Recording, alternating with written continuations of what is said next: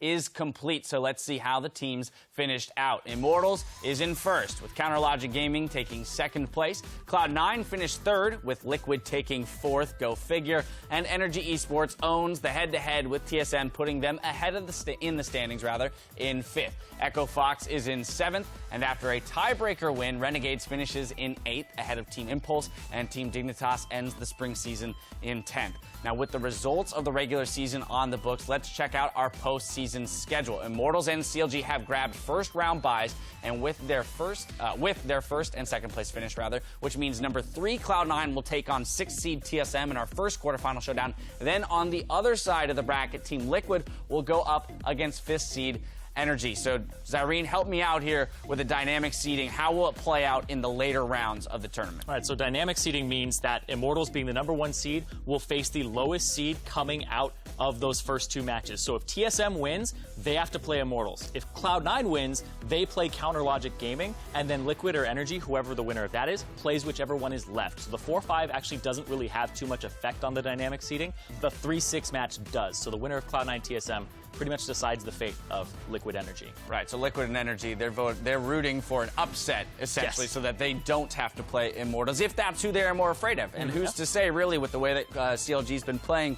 recently, both of those teams are first and second place teams looking quite strong going into the playoffs. Here now, though, are the 5 players who turned heads this week in their positions. We're going to start in the top lane. Our OP player is Huni. Yeah, it's got to be Huni. He had such a strong weekend here, and we just saw it today as well on the Echo, carrying from that top lane time and time again for Immortals.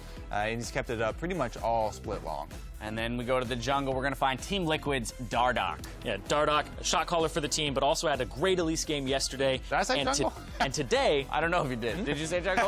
Regardless, we're in the jungle now. It's all right. Now we're in the jungle. I'm always in the jungle. Yeah, that's the way you view the game. But anyway, he played Elise, he played Rek'Sai as well, and he dominated Rush on Lee Sin. And he was able to make flash Rek'Sai knockup plays, and he was a big part of how they were able to come out with a 2-0 weekend and nab 4th for the TL squad. Next up, OP mid laner is his teammate, Phoenix. Big thing with Phoenix here is, he's been consistent throughout the split, but this weekend in particular, playing Lulu on day 1 and Zed on day 2, showing 2 distinctly different play styles, being able to fulfill them to great success for his team. He's very much a flexible mid laner, kind of returning to form the way we would have expected, becoming a playmaker for the team. Moving on to the AD carry role, none other than another Team Liquid member, Piglet. Yeah, he definitely deserves it.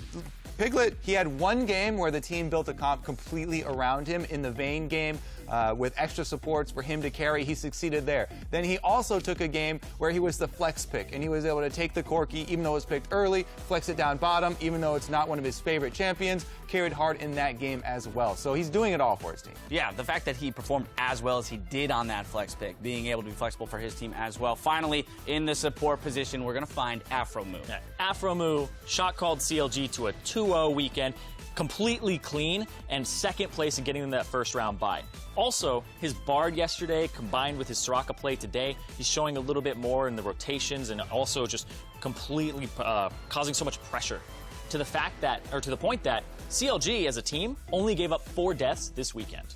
Oh, wow. Actually, I didn't know that statistic. That is surprising. Soraka definitely a less flashy champion, but you can tell how clean CLG's games are, and a lot of it is coming from Afromoo. The player, though, that claims the title for most valuable player this week is Dardoch. Dardoch used the early pressure of Elise to great success against Team Dignitas and was instrumental in Liquid's 4th place finish after a 20 KDA performance on Rek'Sai against Cloud9. Playing against the Udyr, recognizing how Udyr was going to have to farm and being effective in the early game was massive. And against Rush Lee Sin, nonetheless. Yeah. Now, it was a lot of team play as well, and that aspect does come in. Similar to Afromoo, he's one of the shot callers that's, maybe not gotten as much credit. Everybody focuses on high. Dardoch as well is one of the main shot callers for this team. So not only does he have great individual performances in the jungle, but he's also one of the main shot callers and a big part of why Team Liquid had such clean team play. And another thing that I was very interested in about his Rek'Sai was normally I see him going with this build